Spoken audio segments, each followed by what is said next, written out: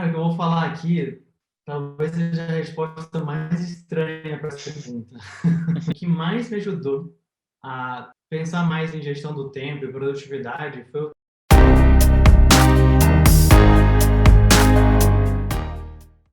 Olá, seja bem-vindo ao Clutch Podcast. Aqui eu vou trazer convidados especiais que estão numa trajetória inspiradora.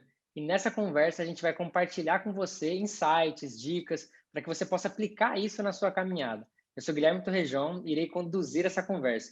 E hoje o nosso primeiro convidado é o Henrique Carvalho. Seja bem-vindo, HC. Obrigado pela sua participação. E para a gente começar, apresente-se um pouco aí para o pessoal que está nos ouvindo. E aí, Gui, beleza, irmão? Então, eu sou Henrique Carvalho, sou o fundador da Viver de Blog. Hoje é um site, né, uma startup de educação que tem como principal objetivo treinar escritores a viverem de blog, a lançarem seus livros, a escreverem de uma maneira mais criativa, mais prazerosa e até para ganhar dinheiro com essa habilidade milenar, né, que é a escrita. E muito prazer estar falando contigo aqui, irmão. Bacana, HC. Então, para a gente começar, eu queria entender um pouco como é que foi essa sua trajetória ali, onde você viu que você, né, queria realmente trabalhar com marketing digital, especificamente, né, com a Viver de Blog. Como que foi isso no começo da sua trajetória? O começo foi em 2009. Foi no dia 28 de maio de 2009. 28 de maio é o meu aniversário, Olha, geminiano, e eu decidi me dar um presente desse meu aniversário. Eu estava com 19 anos, resolvi me dar um blog de presente. Então, vou criar um blog e vou começar a escrever sobre investimentos. Não tinha nada de marketing digital, era investimentos. Queria falar sobre o que eu mais gostava naquele momento, que eu via meu pai mexendo em planilha, investindo em ações, Petrobras, Vale, e eu queria ser como meu pai, né? E aí eu montei esse blog para compartilhar com amigos, parentes, o que eu achava sobre investimentos, o que eu estava aprendendo. E logo eu percebi que blogar é difícil. Porque você posta lá 3 artigos, 0 comentários. E aí, no máximo, a sua mãe lê o blog, alguns amigos perto leiam o blog. Mas eu vi que era muito prazeroso compartilhar conhecimento, aquilo me inspirava a continuar. Ao mesmo tempo, eu estava fazendo faculdade, eu fazia economia na FRJ, e assim, minha mãe, meu pai, eles vieram de faculdade pública e na cabeça deles, como eu entendia na época, era obrigatório fazer uma faculdade pública e concluir a faculdade pública. Só que eu estava mega, mega, mega infeliz dentro da faculdade, porque os conceitos ali da faculdade de economia eram extremamente teóricos e a gente estava no meio de uma crise mundial. A crise de 2008, 2009, né, do subprime, que era lá dos valores dos imóveis, que até o Lula na época disse que era uma marolinha, e aí fez um caos aqui na economia brasileira. E eu queria muito debater isso, né, do ponto de vista dos mercados financeiros, né, do porquê que está caindo 60% a bolsa. Pô, tinha gente perdendo muito dinheiro, assim, 500 mil, 1 milhão. E eu queria falar sobre isso. Só que eu não encontrava muitas pessoas para conversar sobre o mercado financeiro na prática. E aí isso me deixava extremamente triste. Ao ponto que no blog era o meu momento de desafogar. Deixa eu desafogar minhas mágoas aqui, escrever o que eu realmente quero e vamos ver se alguém na internet vai me achar e vai curtir meu conteúdo. Passei 3 anos sem ganhar nenhum centavo com o blog, não quis colocar anúncio, não quis colocar banner para direcionar para outros sites, nada. Até que em 2012 foi um momento bem decisivo, nesse momento de blog, em que eu resolvi publicar um livro digital chamado Alocação de Ativos, que é uma metodologia para você diversificar investimentos, muito usada lá fora, vários gestores, e aqui no Brasil era pouco conhecida. E a faculdade, Nesse momento, você continuou ou você parou? até esse momento do e-book eu continuei, mas Ah, assim, me arrastando. Eu até achei o boletim assim, né, da faculdade, e aí eu vi, cara, as minhas notas na faculdade, tinha matéria que eu repetia com 0.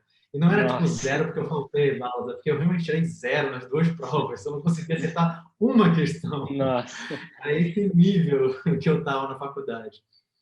E aí meu pai, minha mãe super preocupados de, meu Deus, como é que vai ser o futuro desse menino repetindo tudo na faculdade? Eu estava mega atrasado já. Eu tinha 4 anos de faculdade e eu não estava nem na metade do que eu deveria estar. E quando eu resolvi publicar esse livro, foi um momento bem clutch, né? Bem decisivo aqui na minha vida, porque eu tinha duas opções. Algo era certo, que eu ia publicar esse livro digital. Mas eu tinha a opção de eu fazer tudo, vou escrever, vou fazer o design, vou fazer a página de vendas, vou fazer a campanha. E tinha uma outra opção, que era pagar um designer, que eu achei fantástico. O cara era muito profissional e muito bom para deixar o e-book, cara, sinceramente, um dos e-books mais lindos que eu já vi na minha vida. E eu tinha essa opção de gastar R$ 5.000 com ele ou de gastar zero eu fazendo tudo. Uhum. Perguntei pro meu pai, ele falou: é seu primeiro e-book, não vai gastar teu dinheiro todo. Era todo o dinheiro que eu tinha acumulado ali, de, enfim, mesada, e nunca tinha feito estágio, fui acumulando isso. E eu percebi que, não, peraí, esse e-book ele é muito importante para mim. Então, eu não quero gastar zero com ele, eu não quero ficar na zona de conforto, eu quero investir tudo que eu tenho, porque eu acredito muito no potencial desse e-book. E aí eu investi R$ 5.000 no designer, ele fez a página de vendas, né, todo o visual lindão, o e-book ficou maravilhoso, 300 páginas.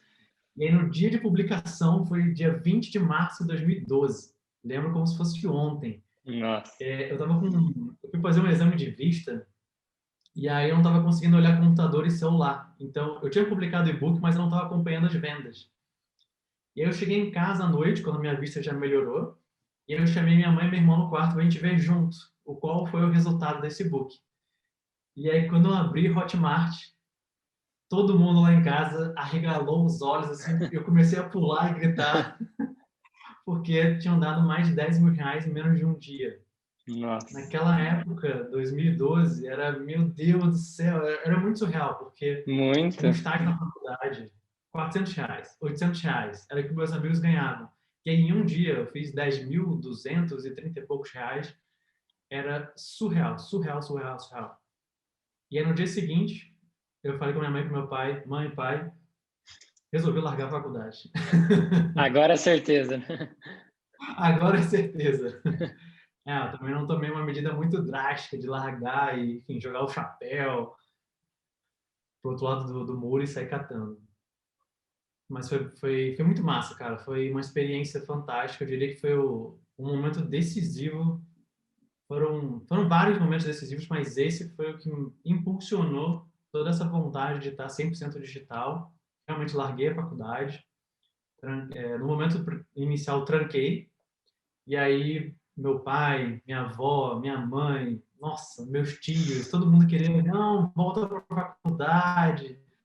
Eu ia para a pelada com meus amigos e eles diziam, como assim tu largou a faculdade? Se você for preso, você vai ficar numa cela comum, com um monte de bandido. Pô, cara, se eu viver minha vida pensando que, decidindo se eu vou largar ou não a faculdade, pensando se eu vou ser preso, não é uma boa vida, né, para se Não. viver. Muito bom, E aí eu decidi HC. e seguir. E eu acho que, assim, isso também aconteceu comigo, mas muito, né, mais tempo depois. Em 2017, já tinha finalizado a graduação, então, nesse caso, eu não precisei largar, né? Acabei, já estava finalizando a graduação. E aí eu lancei esse primeiro evento que eu pensei em fazer online e tudo mais também, nesse mesmo esquema que você, só que nessa época eu não tinha condições e, do contrário que você fez, eu que fiz tudo, né? Então, fiz a página, fiz aquilo, fiz o funil, fiz o e-mail, tentei fazer anúncio, não deu muito certo, mas no final das contas eu consegui em um dia fazer R$ 12.000. E tipo assim, para mim foi Uau. surreal também, porque imagina, eu ganhava R$ 900 como atendente de uma academia que eu trabalhei por muitos anos junto na graduação. Então, você imagina fazer R$ 12.000, nossa, surreal. Então, acho que realmente foi um momento decisivo e eu acho que um momento até que ajudou, potencializou esse momento decisivo foi que com esse dinheiro eu fui pro Fire da Hotmart. Então, tipo assim, eu estava no interior de Rondônia, era muito longe de Belo Horizonte, tive que gastar uma grana, mas falei, vou investir porque eu acredito nisso. E aí, quando eu fui para lá, que eu vi aquele tanto de gente fazendo 6 em 7, 7 em 1 e um monte de coisa, eu falei, nossa, é isso que eu quero, acho que daí que eu vou acreditar. E também fui seguindo, né, nessa linha também.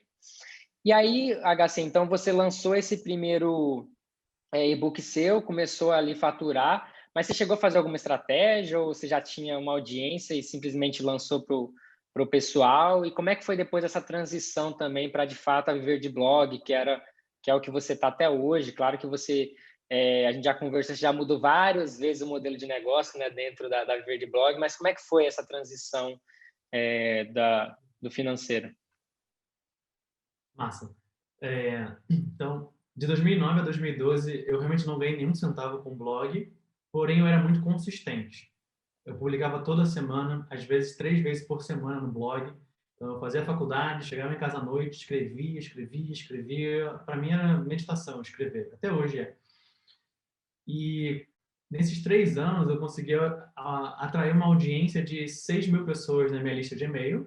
E aí, como eu não vendia nada, o pessoal, digamos, estava esperando nesses 3 anos que eu fosse vender alguma coisa.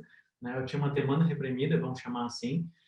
E nesse ponto eu tinha 10.000 visitas por dia no blog. Então era uma audiência também já relevante, né? De 3 anos fazendo o mesmo trabalho ali, sem pedir nada em troca, só compartilhando, nunca cobrando nada. Então esse resultado ele veio de, pode parecer, né, que foi 10.000 reais em um dia, mas eu gosto de dizer também que foi 10.000 reais em 3 anos. Verdade. Pode parecer pequeno, né, agora. E esses 5.000 que eu tinha guardados e também investidos, né? Porque eu ensinava o mercado financeiro, o que eu estava aprendendo e até compartilhava a minha carteira publicamente. Hoje eu vejo que tem vários YouTubers, né, que fazem isso, mas lá em 2010, 2011, eu fazia esse compartilhamento da carteira que eu tinha, qual investimento que eu estava aplicando, não dizia o quanto que eu tinha de dinheiro, mas a porcentagem ali e comparava com CDI, com Ibovespa, com fundos até muito bem renomados, como o Fundo Verde. E a galera curtia super. E aí, por isso que a campanha que eu fiz por e-mail, antecipando no blog, fazendo certinho o marketing, trouxe esse resultado que até me colocou, não sei se você sabe, mas foi também outro ponto de muita gratidão, porque eu recebi um e-mail do cofundador da Hotmart, que é o Matheus, né, o JP é o fundador, e o Matheus Bicalho é o cofundador, dizendo que esse e-book foi o primeiro produto da Hotmart a alcançar os 150 graus, que é a temperatura máxima ali de vendas. E eu, Não. putz, caraca, que massa, né? Ser o primeiro a chegar lá e abrir caminho também para um monte de gente faturar muito, muito, muito mais depois. E a transição para viver de blog, ela veio em 2013. Em 2012 e 2013 eu tinha feito uns lançamentos, além do e-book, eu vendi um curso também sobre ajudando a pessoa a poupar dinheiro, a investir dinheiro e a enriquecer, até uma pegada mais de empreendedorismo. Deu super certo. Foram 2 lançamentos de 7 em 7, né, R$ 1 milhão em 7 dias. Mas eu vi que em 2013 eu estava tão aficionado, tão bitolado com marketing, que para mim marketing passou a ser a atividade principal em relação ao investimento. Então, por mais que eu continuasse investindo, eu percebi que, peraí, meu coração está falando mais marketing. Então, deixa eu fazer essa transição. Por mais que eu perca dinheiro na transição, deixe de ganhar dinheiro, eu quero falar agora de marketing digital. Eu vejo que isso é o futuro e eu queria estar já na vanguarda, ali na ponta. Então, em 2013, eu parei de publicar no blog antigo, que é o HC Investimentos, falava de finanças, de investimentos, e comecei o Viver de Blog, que teve toda essa pegada de produção de conteúdo, de SEO, de marketing. E aí teve que começar do zero mesmo, sem nada, sem visita, tudo do zero. Quase do zero, porque eu trouxe 1.000 pessoas do site antigo. Ah, Mas aí para foi bom. quem tinha 200.000 pessoas por mês acessando, trazer só 1.000 é pouco. É quase começar do zero, mas não é bem do zero. Mas como eu já sabia também as estratégias de como começar, como atrair audiência, como fazer um bom networking, eu lembro que em um mês, com o blog publicado, sendo alguém desconhecido na área de marketing digital, eu já fui chamado para vir em Brasília num encontro presencial que tinha uma galera assim que eu admirava. Para mim, putz, são os caras mais tops do marketing digital. Aí tava Érico Rocha, tava Conrado Adolfo, tava Bruno Piscinini, tava Michael Oliveira, Samuel Pereira, Jonathan Tayoba, a galera toda tava ali. E eu no meio deles, me achando, tipo, eu sou o iniciante aqui. Mas que bom que vocês me chamaram, sinal que meu trabalho tá dando resultado e, de certa forma, até rápido. Nossa, e eu imagino que tenha sido realmente muito difícil essa decisão, né, de largar toda essa estrutura que você já tinha com resultado. E eu mesmo sinto isso hoje aqui nos meus projetos, como fazer uma transição dessa, tendo tudo bem acertado, mas de fato não é aquilo que o seu coração quer, né, que você vê que realmente é a sua paixão. Como que foi realmente isso? Foi uma decisão, né, que você demorou a pensar ou você realmente soube e acreditou nisso para fazer essa transição? Boa pergunta, cara. Excelente pergunta. Na época, eu me lembro que financeiramente já estava muito bem, porque eu tinha feito os lançamentos ali de 7 em 7, então grana não era um problema, mas eu sempre ouvia, acho que o Érico falava muito disso, né, de o que faz o seu coração cantar. E aí quando eu percebi que no meu dia a dia eu estava cuidando de 80% de marketing e só 20% de investimentos e finanças, estava estudando quase tudo sobre marketing e pouco sobre finanças e investimentos, eu vi que eu preciso ser coerente com a minha palavra. Então, por mais que eu saiba e tenha um histórico de saber sobre finanças e investimentos, deixa eu falar sobre marketing, que é o quanto mais estou estudando. E é legal quando você está muito ativo, né, no estudo, você está com as informações muito frescas para compartilhar com a audiência. E você tem aquela mente de iniciante, né? Não é o Einstein ensinando física para primeiro ano, né? É você ser alguém que realmente está ali aprendendo, ensinando, e a audiência curte muito isso. Então foi uma transição bem focada mais no coração do que necessariamente na parte financeira. E aí o termo viver de Bacana. blog, na época era perfeito, sim, porque blog estava super em alta, viver de blog é um termo fácil de falar e existia já uma busca orgânica pelo termo viver de blog. Então as pessoas queriam viver de blog. E aí eu comprei o domínio na hora, um mês depois estava tudo pronto, com 3 artigos, o site crescendo. Então foi uma transição bem tranquila, poderia dizer. Muito bom, HC. E uma coisa que eu tenho até, assim, uma dúvida minha até para o pessoal entender, como que é o HC na questão de gestão ali do tempo dele, de como você conseguiu, de fato, trilhar esse caminho, né? Você conseguiu ter ótimos resultados ali, ter essa consistência que você falou lá no começo, para ficar 3 anos sem faturar nada, paciente ali, depois começou a crescer e hoje tem uma estrutura muito boa. Como que você nessa gestão? Você sempre foi assim? Você foi amadurecendo também ao longo da sua jornada? O que você acha que te ajudou nesse processo também? Cara, o que eu vou falar aqui talvez seja a resposta mais estranha para essa pergunta. O que mais me ajudou a pensar mais em gestão do tempo e produtividade foi eu ter quebrado a perna. E parece que uma coisa não tem nada a ver com a outra. Mas quando eu já tinha um blog de investimentos, eu até tinha uma consistência, mas ainda era algo de 15 em 15 dias. Eu escrevia meio que quando eu queria, quando eu estava inspirado, quando eu chegava bem na faculdade. Mas quando eu quebrei a perna, se eu não me engano, foi em 2013, um pouquinho depois de. Não, não lembro agora se foi 2013 ou 2011, mas enfim. Quando eu quebrei a perna, eu refleti muito sobre a minha vida, né? Porque naquele momento que você tava jogando bola, aí o placar tava 2-1 pra gente, a gente já tava ganhando, era só administrar ali, Ah, tinha juiz, enfim, era um negócio um pouco mais profissional. E aí numa dividida, o cara chegou de carrinho, né, bem forte na perna, aí não aguentou, realmente quebrou. E aí parece que, sabe, filme, quando passa realmente um filme na cabeça, e aí passou um filme na minha cabeça, e aí eu fiquei gritando na hora, por que eu? Por que eu? Por que eu? Tipo, eu não tava conformado. Por que eu? Agora que tá dando certo, por quê? E aí eu fiquei caído no chão ali, muita dor. Foram 2 semanas sem conseguir andar, literalmente sem andar. Foram 6 meses andando de muleta e mais 3 nossa. meses para conseguir voltar a correr e jogar bola. E aí eu lembro que eu tinha dois pensamentos naquela época. No início era, cara, que merda, pô, aconteceu logo comigo. Putz, fiquei muito triste, muito pé da vida.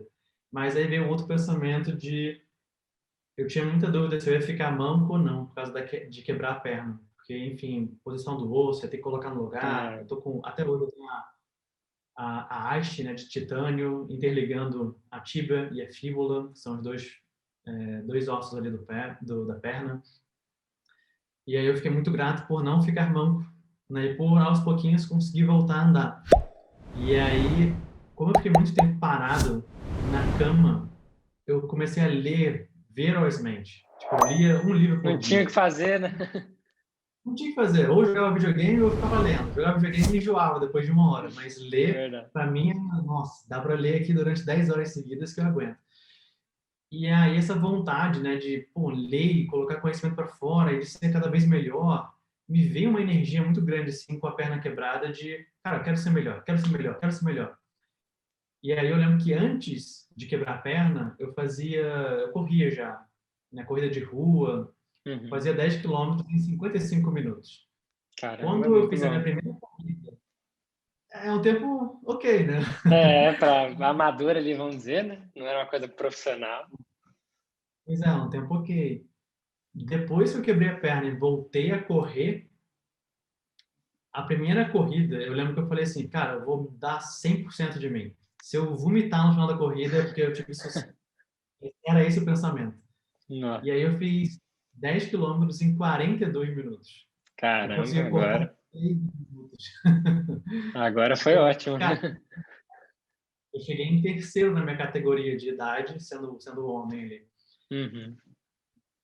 Cara, depois desse dia eu percebi que nada poderia, digamos, me parar, em termos de conhecimento, em termos do que eu queria. Pode parecer algo meio clichê, assim, mas foi muito mindset de eu quero alcançar o cada vez melhor. E aí, por saber que eu conseguia ter um resultado muito bom se eu colocasse energia naquilo, eu comecei a estudar muito produtividade. Eu comecei com o David Allen, né, o Getting Things Done. Aí depois fui pro Christian Barbosa, né, a Trilha do Tempo. Eu fui lendo produtividade em cima de produtividade. Eu fiquei muito fã de estudar produtividade, porque se eu quero ser o melhor em várias coisas, em correr, em jogar bola, em escrever, em finanças e investimentos, eu preciso ser produtivo. Então foi isso que me motivou a ser cada vez mais produtivo e estudar desde cedo produtividade, né, com os grandes mestres, pelo menos são esses os meus. Muito bom, HC. E até compartilhando dessa mesma experiência, né? Eu já torci o pé umas 3 vezes de ficar com a perna engessada. Eu já quebrei a mão jogando basquete, já quebrei o dedão do pé dirigindo moto. Então, assim, também já passei por várias situações, né? E a mesma coisa que você falou, né? Por que eu? Por que eu? E aí ficar lá nesse processo todo de recuperação, sem poder fazer nada. Eu acho que você acaba aprendendo e, como você falou, você acaba gastando muito tempo naquilo que te faz bem. No meu caso, eu ficava muito no computador pesquisando muita coisa. Então, acho que isso é uma coisa que me ajudou muito. E outra coisa que me ajudou muito também, né, para compartilhar aqui com relação a esse mindset, a esse desenvolvimento foi de fato o basquete, né? Porque quando eu comecei a jogar, tipo assim, não sabia fazer uma bandeja, não sabia arremessar uma bola. E aí você vê que um processo ali de 3, 4 anos que você começa a ficar, né, a arremessar direito, fazer alguma coisa. Então você acaba entendendo que é um processo, você acaba também entendendo o trabalho em equipe, o trabalho que funciona ali para você conseguir fazer alguma coisa. Você começa a ter mais paciência, né? Eu acho que hoje, ainda mais hoje, né, no dia de hoje, as pessoas têm pouca paciência, querem o resultado para ontem, né? Começa uma coisa hoje, já quer o resultado amanhã. E eu acho que se você tiver a paciência, a consistência e como você falou, produtividade para ajudar você a desenvolver várias coisas, né, no seu dia, né? Seu dia ele é finito, né? Tem as 24 horas, você precisa estruturar nisso. Então, acho que esse é um ponto bem bacana que você tocou. Para qual time você torce lá da NBA? Qual que você Assim, gosta mais? hoje, eu comecei a acompanhar por causa do Kobe, então eu torço pro Lakers. Desde Ah, então eu torço legal. pro Lakers, mas eu acompanho muito, assim, eu gosto de acompanhar muito todos os jogos, os principais atletas, e hoje o principal atleta que eu gosto é o LeBron. Então, todos os jogos que ele tá ali, né, hoje no Lakers eu acompanho. mas quando ele estava no Cavs acompanhei bastante. Acho que desde 2015 que eu venho acompanhando aí. E Ah, você? mas eu gosto muito do Curry. Stephen Curry, para mim, para mim ele é o melhor, cara. Admiro Você acha? muito. Eu Ele gosto joga de uma maneira muito tranquila, né? Muito leve, muito feliz. Eu acho demais isso. Mas um estilo que eu gosto muito também é do Kyrie Irving. Eu acho ele também, assim, sensacional como armador, driblador ali. Claro que ele não tem toda essa habilidade de três que o Curry consegue ter, mas eu acho que ele também é um jogador fantástico. Massa, boa. Só gigante aí. Só. E que time que você torce na NBA? Então, eu não torço muito, mas eu gosto de acompanhar o Golden State Warriors, que é do Curry. Eu sei que ele tá mais ou menos nesse momento. Agora tá voltando, né? Tá sem jogadores para ajudar ele aí, né? Pois é. Muito bom, HC. E com relação, então, a todo esse crescimento que você teve, eu acho que foi bem bacana todos esses pontos que você trouxe. E hoje na Viver de Blog, como é que foi essa transição também de mudar o próprio modelo de negócio desde o começo, né? Eu acho que hoje o Viver de Blog, pelo nome, é uma coisa, mas se você vê os produtos e a comunicação é outra que vocês acabam, né, vendendo. Como é que foi isso para você? Nossa, esse é um desafio eterno, porque eu gosto muito da frase. Elon Musk fala muito dessa frase, embora eu não sei se veio dele originalmente, mas ele fala que empreender é você se jogar do topo de um prédio e construir o seu paraquedas ali no meio do caminho.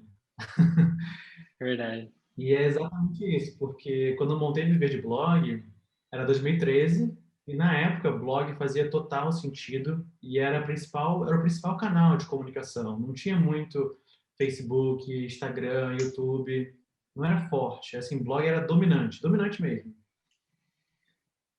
Só que a partir de 2016, 2017, as redes sociais ganharam muita força, muita, muita, muita força. E hoje, Instagram, YouTube, Facebook são gigantes. E blog hoje é algo mais pequeno. Então, o termo blog no nome da empresa é um desafio que eu lido até hoje, né, de pensar num reposicionamento. Algumas pessoas já atrelam a marca a mim. Então, eu estou Uhum. andando na rua aqui em Brasília, aí de repente eu escuto, ô, viver de blog! Mas ou viver de blog, ela sabe que é. E aí fica esse desafio também. Pô, já é um nome conhecido, é um nome fácil de falar. A gente continua blogando, continua acreditando no longo prazo do blog, mas hoje ele não é aquela mídia dominante. Então, desde 2013 até hoje, né, nesses 8 anos, a gente passou por várias e várias e várias reformulações. Né? A gente pivotou várias vezes.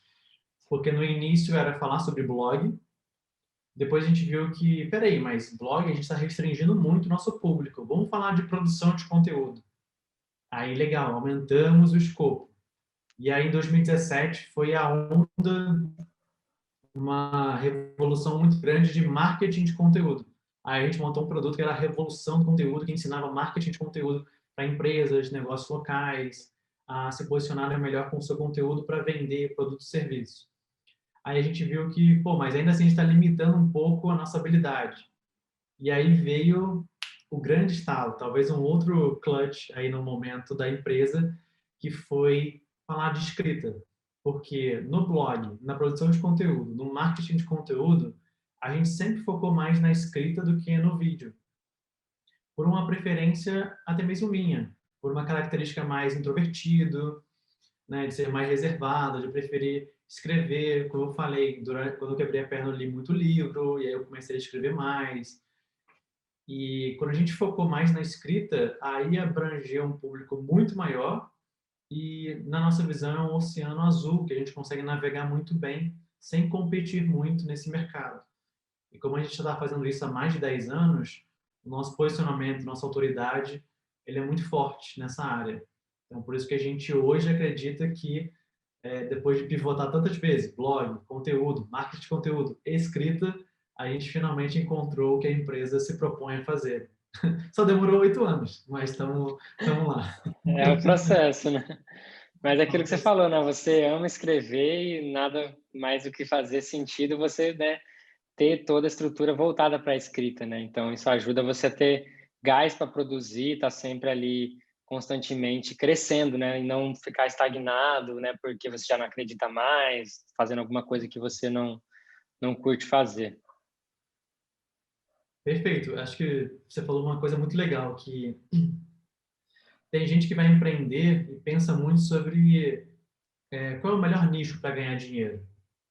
E, cara, é um processo decisório, na minha visão, ruim, porque se você não gostar muito daquele nicho, você vai enjoar daqui a 6 meses, daqui a um ano, daqui a 3 anos, porque o negócio vai mudar, vão ser novos desafios, a audiência vai mudar, você vai ter que fazer novos produtos. E aí, se você não gostar muito do que você faz, fica muito complicado manter o sucesso de um negócio. Então, tem muita gente que começa, dá aquele gás, né, de um ano e depois some. É muito comum isso no mercado. E as pessoas consistentes, elas ficam mais tempo porque elas não fazem somente pensando no dinheiro. Claro que ele é importante, é um negócio, né, que tem que dar lucro, mas ao mesmo tempo a paixão do empreendedor ela conta muito nessa equação. Nossa, me fez lembrar uma coisa que eu, no começo, acabei fazendo várias coisas para tentar descobrir o que eu queria e tudo mais. E aí eu cheguei a fazer não sei se você conhece o termo dropshipping, cheguei a fazer Aham, cheguei a fazer uma lojinha de basquete, que pegando legal. produto da China, vendendo pulseirinha assim dos times da NBA. Aham, E aí, tipo assim, em um mês eu vendi 10 mil HC. Tipo assim, 10 mil só vendendo pulseira de R$ 20. Tipo assim, bombou. Só que como era uma coisa que eu não tinha o domínio do estoque, produto não chegava, sumia, perdia sei lá onde, gente reclamando. E assim, eu ficava muito insatisfeito porque eu não queria passar isso para a pessoa, né? Eu, quando eu compro alguma coisa, gosto que chegue no prazo que eu solicitei. E eu fiquei muito frustrado com isso, acabei abandonando, justamente por isso que você falou. Era uma coisa que tinha dinheiro, se eu insistisse, eu ia ter lá os reembolsos, eu ia ter gente lá, beleza, ia conseguir seguir, mas não era aquilo que fazia, sabe? Todo dia ir lá e ver realmente a pessoa insatisfeita, né? E depois seu nome no meio também, depois você vai ver que você não vai conseguir segurar essa credibilidade. Então, acho que é muito bom se pensar, né, realmente no que você quer fazer, no que você acredita, entregar de fato melhor, né, naquilo que você quer fazer. pois é, empreender é problema atrás de problema atrás de problema. Se você não gosta de resolver problema, é um caminho mais tortuoso, né? Mais difícil de seguir. Porque mesmo você Exato. gostando tanto do que faz, cara, é incêndio ali, incêndio aqui, incêndio aqui. Você tem que escolher, às vezes, o que que você quer apagar, o que que não dá para apagar, o que que vai se apagar sozinho. Então é interessante isso. Bom você ter falado. E o que eu gosto muito também desse meio que a gente está, né, de infoprodutos, é que realmente a gente tem controle sobre esse estoque, sobre esse suporte, sobre essa qualidade do produto. Então, isso que me deixa muito satisfeito, né? Quer dizer, você vai até trabalhar com produto físico de modo geral, você tem todo esse problema que você não controla essa cadeia. Claro que hoje, né, com outras plataformas aí, Amazon, Mercado Livre, que no dia seguinte você chega o produto, a gente consegue ter muito mais coisas na nossa mão por mais tempo. Mas acho que o infoproduto ele ajuda muito a gente ter toda essa confiabilidade, até da qualidade do produto, né? É, o mercado digital ele é muito metrificável, né? Você consegue métrica de tudo. Até a pessoa que está no suporte atendendo, você consegue ter uma métrica da qualidade, do índice de satisfação do usuário, quanto tempo ela demora para responder. Você consegue ver NPS de curso, né? Que é a qualidade do teu curso, se a pessoa recomenda ou não para outra pessoa. Tudo é muito fácil de medir. E aí, por ser fácil de medir, é bom que na nossa equipe a gente consegue entender se uma pessoa está fazendo um bom trabalho ou um trabalho ruim. Melhor que isso, ela consegue entender por ela mesma se ela está fazendo um bom trabalho ou ruim, como se fosse as estrelinhas do Uber, né? O motorista está lá com nota 4.9 e tem um outro lá com 3.9. Pô, tem uma diferença gritante ali do serviço que ele presta. Verdade. E com relação a então a esse mercado hoje, né, o mercado do marketing digital, com a pandemia a gente acabou crescendo muito, né, a tecnologia, a parte digital, por conta das empresas e dos usuários, né, que acabaram tendo mais contato com com a ferramenta, com as redes sociais e tudo mais. O que que você acredita hoje desse mercado? Você vê que ele está saturado? A gente vê, né, pelo menos a gente está nessa área, a gente já vê N agora anúncios, né, de marketing digital, faz isso, faz aquilo. Você acha que como é que, na sua visão, está esse mercado hoje? Então, com a pandemia, de fato, o mercado cresceu umas 3 vezes, né? Dados isso da Hotmart. Vendeu mais e mais e mais. A gente sentiu, assim como vocês também, um aumento no faturamento no início. Acho que foram 6 meses assim de abundância, né? De expansão, expansão, expansão. E aí lá por outubro, novembro, voltou um pouquinho como era antes, o que também já era bom, mas não foi aquela uau, aquela explosão inicial. Eu vejo que saturação é mais uma questão de ver se o copo está meio cheio, meio vazio, porque sempre vai haver competição, sempre vai haver mercados em que tem gente batalhando pelos primeiros lugares, mas eu considero que melhor do que olhar muito concorrentes ou adversários é olhar para dentro mesmo, para o nosso jogo. E para mim, uma grande referência em termos de tecnologia de empresa é o pessoal da Basecamp, em que eles falam que é bem extremo, mas eu gosto da filosofia por trás. Eles falam que a empresa deles não tem meta. Tipo, não tem meta financeira, não tem meta de atendimento. Não que eu concorde com isso, mas eu acho que é legal o fato deles olharem só para o negócio deles. E eu li um artigo recentemente em que estavam falando sobre um novo aplicativo de e-mail que eles lançaram, que até custa $99 por ano, desculpa. Uhum. Eles estavam comparando o negócio dele com o Gmail. Não tem como eles baterem o Gmail. O Gmail é o Gmail, cara. Todo mundo tem um Gmail. E aí eles falam que se eles comparassem o negócio deles em termos de market share, né, com o Gmail, em termos de adoção de usuário, em termos de qual o percentual de penetração nesse mercado, eles iam se frustrar a todo momento, iam lançar features, né, ferramentas, melhorias na funcionalidade do software que iam estar tentando bater o Gmail, mas ao contrário disso, eles olham para dentro, olham para a audiência deles, o que a audiência precisa, o que eles têm de diferente para oferecer. E nisso eles focam bastante. Então, eu não vejo assim que existe muito isso de mercado saturado. Eu vejo muito o olhar para dentro e ver como que a gente pode ser diferente pela nossa própria essência. Então, o próprio mercado da escrita, tem um monte de gente também vendendo curso de escrita, mas eu não fico olhando muito, o que tal pessoa está fazendo, o que tal pessoa está fazendo.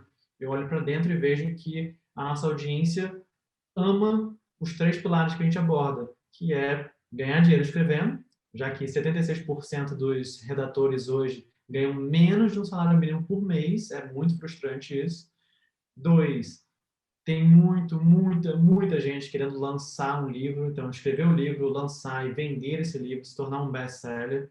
E 3, tem muita gente, principalmente pessoal de mais idade, que gosta de escrever de uma maneira mais meditativa, mais criativa, mais criativa mesmo. Então, esses são os públicos que a gente foca para atingir e não fica olhando muito o resto. Então, essa saturação eu vejo que é mais um olhar interno para ver o que a gente pode oferecer de melhor.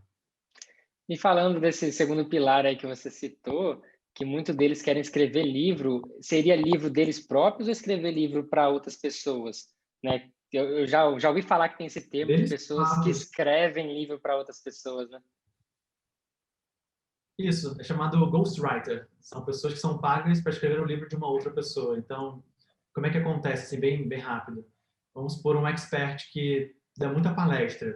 Ele vai pegar um compilado de palestras que ele já deu, vai passar para esse ghostwriter, e esse ghostwriter, com conhecimento da escrita e organização de um livro, em capítulos, em temas, em partes, ele vai organizar o livro e vai mandar para o expert como que seria a estrutura. O expert dá ok, e esse ghostwriter vai lá e escreve com as palavras que o expert fala em palestras, ensina, a metodologia dele. Então, é bem interessante, é um mercado super legal para quem não tem habilidade de escrever e quer publicar um livro próprio. Então, tem muito best-seller que funciona assim, por incrível que pareça. Não é a pessoa que escreveu, mas um ghostwriter que escreveu por ele. Esses dias apareceu para mim um anúncio de uma pessoa que escreve, ela falou, escrevi tal livro, aí o livro muitos famosos, best-seller mesmo. Falei, mas como assim essa pessoa escreveu? É aí que eu fui entender desse termo aí, bem legal mesmo. Bem massa. E com relação a hoje a estrutura, né, até uma dúvida que a gente tem hoje, a gente acabou crescendo muito, como você falou, né, a pandemia para nós ajudou nesse formato, porque muito mais gente digital, entendendo eventos online, mas o que a gente sentiu de problema foi mais focado até em gestão, né?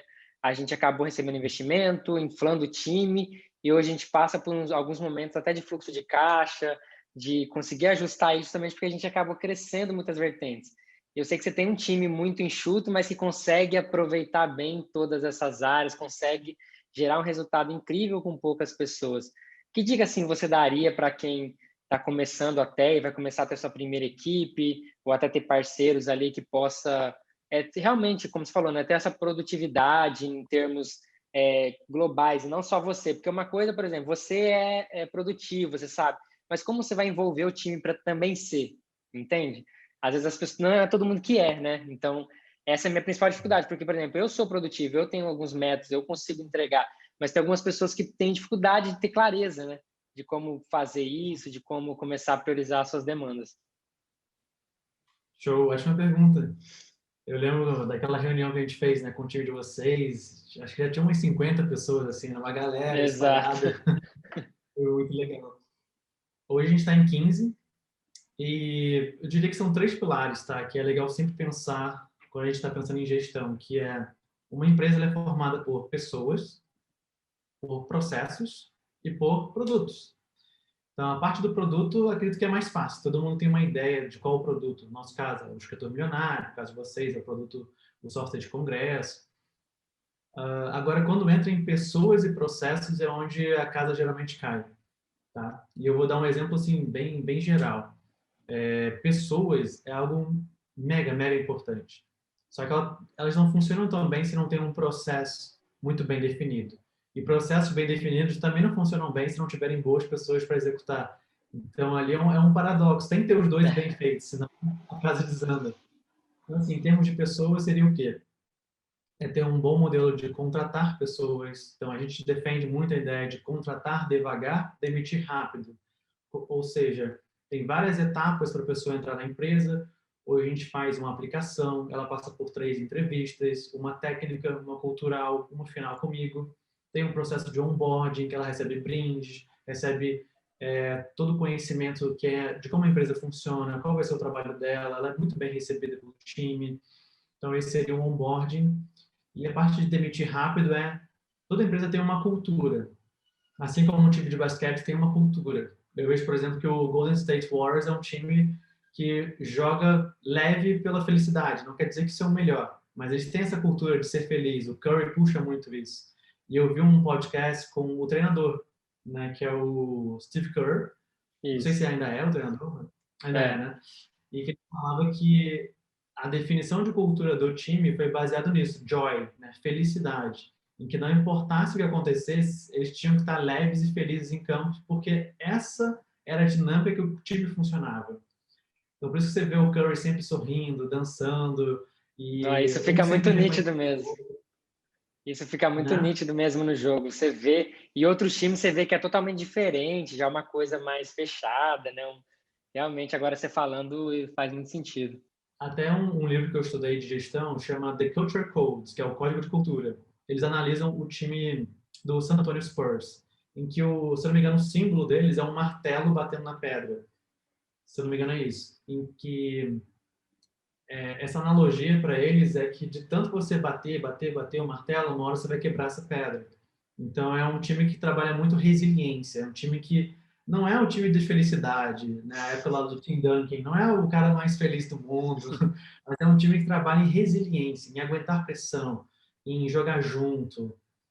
Então, cada time tem uma cultura, cada empresa tem uma cultura. A nossa cultura aqui é muito voltada em liberdade e autonomia, tanto é que a gente é remoto desde 2016. A gente prega muito isso de não ter obrigações em termos de horário. Então, agora, se eu abrir o Slack aqui do time, que é onde a gente se comunica, não sei e não me importo quem vai estar online ou offline, por mais que seja 2h40 agora que a gente está gravando. Porque essa liberdade e autonomia funciona para a gente, essa assincronicidade. A pessoa entra quando ela precisa entrar. Então, a cultura é importante, né, para você tanto trazer pessoas quanto também demitir pessoas. Por mais que a gente hoje tenha um bom modelo de trazer pessoas, a gente já precisou demitir 20 pessoas no nosso time, Nossa. porque a cultura não estava se integrando com essas pessoas, e vice-versa, as pessoas não se integravam à nossa cultura. Então, natural, acabaram saindo, e que bom para a gente, que bom para eles também. E aí, no processo, agora sim, pessoas, processos, produto, falando agora de processo, processo não é só dizer como um colaborador deve fazer uma tarefa. Isso eu vejo que assim, é o básico do básico e não é o mais importante. O mais importante do processo é ter um plano de carreira dentro do time. Então, vocês que estão crescendo, crescendo, crescendo, né, a importância de um plano de carreira, a importância de um programa de partnership. Isso não para quem está começando, mas no nível de vocês. Para quem está Sim. começando, seria um modelo de reunião, para não fazer reunião de 3 horas, que nem eu fazia antigamente. Tinham 10 pessoas, demorava 3 horas uma reunião, pelo amor de Deus, era um custo enorme.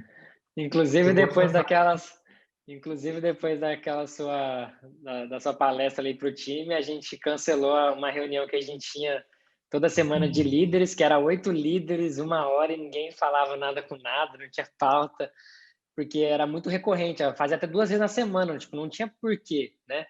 E a gente acabou até tirando e fazendo isso por texto, e hoje a gente volta a cada 15 dias a fazer online. Então, isso realmente transforma, né? Porque você para de ser improdutivo ali e consegue aproveitar todo mundo.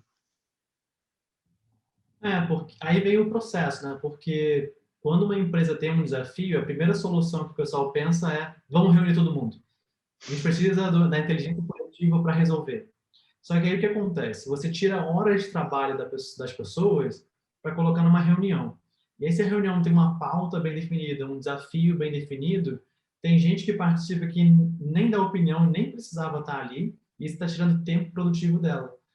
Então, eu vejo que reunião é uma coisa que a maioria tende a errar bastante, e eu já errei muito, muito mesmo, até entender que hoje a gente só faz uma reunião por semana, que é segunda-feira, 14 horas, e ela dura 30 minutos. Ponto final. Nossa. Tudo se resolve ali. Tarefas a fazer, tarefas que foram feitas, o objetivo da empresa naquela semana e ponto.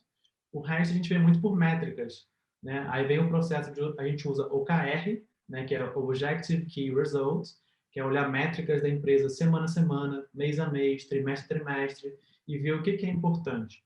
Então, para a gente, faturamento, lucro, taxa de reembolso, alcance no Instagram, são exemplos de métricas que a gente acompanha toda semana para ver se a empresa está dos trilhos ou está saindo do trilho. Está saindo do trilho? Aí a gente faz algum projeto para voltar o trem ali para o trilho. Então, essa união, obviamente não dá para falar de tudo aqui, mas essa união, né, de pessoas e de processos é fundamental para quem está começando e para quem está num estágio avançado de gestão também. Muito bom, HC. E para a gente chegar aqui já ao final, né, até explicar, então, pessoal, o que é o Clutch, né? A gente está aqui no primeiro episódio.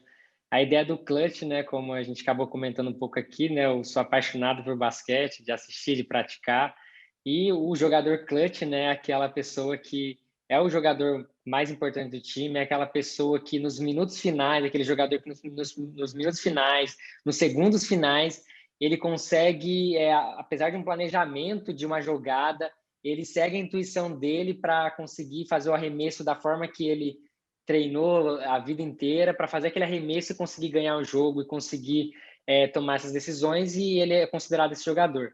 E a ideia aqui é realmente mostrar, né, como o próprio HC já citou alguns momentos clutch dele, onde ele teve que dar essa virada, onde ele teve que seguir a intuição dele, tomar uma decisão muito difícil para seguir. Como HC, você já citou alguns momentos, se você quiser citar mais um que você lembra ali muito importante, ou se você quiser também falar quais são os próximos passos do HC agora, né? Você está aí há muito tempo nesse mercado, vivendo aí do que você acredita, você acha que é isso mesmo que você quer continuar seguindo? Quais são os seus planos também de crescimento, o que você acredita que possa mudar, né? A gente sabe que a gente vive nesse processo de mudança constante. Enfim, fica aí com você. Posso falar dos dois? Mais um Pode, momento pode, clutch. com certeza. Legal. Cara, o momento clutch foi uma fase bem dark, assim, bem sombria que eu tive, que foi início de 2018. Pouca gente sabe disso, acho que mais em mentoria que eu comento. Acho que cheguei até a comentar numa das nossas mentorias que a empresa, assim, quase faliu. eu desenvolvi um burnout, que se tornou depois uma síndrome do pânico, e eu demorei 6 meses para conseguir voltar a ser normal. Porque quando você está com síndrome do pânico, você acha que tudo vai dar errado. Começa a chover, você já acha que, meu Deus, vai acontecer um dilúvio. Você pega É. um Uber, você pensa que o carro vai capotar. Você vê uma pessoa, você pensa que ela vai trair você ou vai fazer alguma coisa ruim. É horrível, horrível. E esse burnout ele veio de um excesso de trabalho, em que final de 2017, início de 2018, a gente estava com a equipe muito inchada para o nosso padrão, usando uma estratégia que dependia muito de um lançamento certeiro, e os nossos lançamentos só vinham caindo, caindo, caindo. E ao invés, naquele momento, de reduzir custos, cortar um pouco o custo fixo, eu tentei gerar mais faturamento. Eu já estava no meu Uhum. limite de atividades, eu falei, não, mas eu tenho que ir além. Eu tenho que dar meus 150%. Comecei a trabalhar domingo também. Assim, eu trabalhava de domingo a domingo, não tinha descanso, não tinha momento de lazer, não tinha momento de prazer, era só trabalho, trabalho, trabalho. E o resultado não melhorava. Até que eu comecei a ter palpitação no coração. Fui em 15 médicos diferentes, eles disseram, cara, tem nada errado com teu coração, tá tudo certo. Fiz vários exames. Eles disseram, pô, você tem um coração de atleta, inclusive. Mas e aí? Eu tô sentindo palpitação, o coração tá pulando. Aí chegou à conclusão que era esse burnout, era um estresse excessivo, dá uma relaxada no trabalho. E aí, nesse momento, foi um momento clutch, eu parei o que eu estava fazendo. Então, por parar o que eu estava fazendo, eu consegui pensar. Quando você está no meio do furacão, é impossível você pensar. Mas quando eu saí do furacão, eu pensei, e se eu, ao invés de fazer um lançamento a cada 2 meses, envolvendo a equipe toda, todo aquele custo, todo aquele estresse que envolve, tem que dar certo, tem que dar certo. E não que o lançamento seja ruim, eu acho excelente, mas para o nosso modelo, para a nossa maneira de fazer, não estava virando. E aí veio a ideia de fazer campanhas semanais, né? Deixa eu fazer uma campanha toda semana. Como seria, né? Usar a nossa lista de e-mail que a gente já tem, que eram uns 80 mil pessoas na época, e toda semana vender um produto, fazendo uma oferta diferenciada por e-mail, usando tráfego pago para ajudar. E aí os resultados apareceram constantemente, toda semana, toda semana, toda semana. O fluxo de caixa da empresa se adequou. Eu reduzi também a equipe, isso melhorou ali o custo fixo, né? Baixou. Isso deu uma tranquilidade, assim, uma paz que eu coloquei uma missão na minha vida que é, independente do que aconteça, eu preciso tirar pelo menos 5 dias ou 7 dias a cada 2 meses para pensar. Sair do furacão da empresa só para pensar. Daí veio a ideia das viagens todo mês ímpar ou viagens sabáticas, que é viajar em janeiro, março, maio e por aí vai, né? De você ser obrigado a colocar uma viagem no seu calendário para que você tenha tempo para pensar, para relaxar. Como um atleta profissional de basquete, se ele só treina, treina, treina, treina, treina, não descansa, vai chegar a um momento de burnout, né? Um estresse do corpo dele. Uhum. Mas ele precisa treinar e precisa descansar, relaxar. Então, é esse momento de descanso que muito empreendedor não faz e que, para mim, foi uma virada de jogo assim fundamental, que permitiu à empresa crescer 2 vezes mais com 2 vezes menos pessoas. O que, na minha cabeça, não entrava. Como é que eu posso crescer 2 vezes mais com 2 vezes menos pessoas? Mas foi exatamente isso que aconteceu, porque a gente estava seguindo um caminho de simplicidade. E esse que é o nosso próximo passo, já ligando com essa sua segunda pergunta. Nosso segundo passo é o quê? A gente percebeu que a gente tinha vários produtos e várias ofertas. Hoje a gente reduziu em 3 somente. A gente tem um curso que a gente vende a todo momento, que é o Escritor Milionário, um curso de escrita. A gente tem um software, que é o Apollo, uma área de membros, né, uma plataforma EAD. E a gente tem um programa de mentoria. É só isso que a gente trabalha hoje. Antigamente, a gente atirava para tudo quanto é lado. E-book, checklist, curso, desafio, imersão.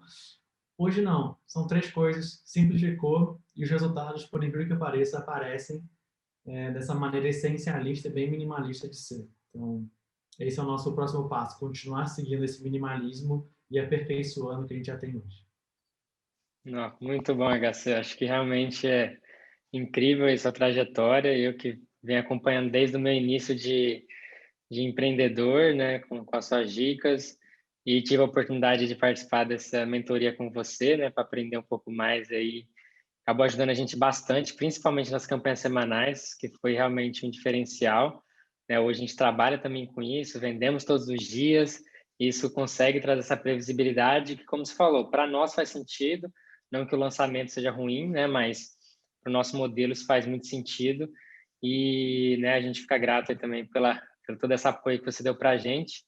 E, claro, quero aqui agradecer a sua participação, né, nesse primeiro episódio do Clutch Podcast, né? A ideia é a gente estar aqui compartilhando realmente a trajetória, né, de pessoas incríveis que, né, tiveram suas dificuldades, tiveram seus momentos difíceis e que conseguiram, né, através dessa vontade, né, desse propósito muito bem definido, né, e seguindo sua intuição, seu coração, né, conseguiram desenvolver isso, justamente para você que está nos ouvindo conseguir entender que dentro da sua trajetória, de repente você está num momento difícil, mas você conseguiu ouvir aqui que tem muitas possibilidades e você seguir caminhos diferentes, acreditando na sua verdade, acreditando naquilo que você quer chegar. Então, HC, gratidão por ter compartilhado seu conhecimento aí com a gente. Tamo junto, Gui. Adorei o formato do podcast, o nome também, o Clutch. Vai ser um sucesso. Espero no futuro, depois de vários episódios, voltar aqui para a gente ter uma nova conversa. Foi Com ótimo. certeza, com certeza, tem muita coisa ainda que dá para a gente conversar. E aí, pessoal, né, quem quiser conhecer mais o HC, pode olhar aqui na descrição do vídeo ou seguir ele lá, né, Viver de Blog, certo? Só procurar lá que você consegue achar ele. Perfeito, irmãozão. Um grande abraço. Valeu! Valeu, tchau, tchau.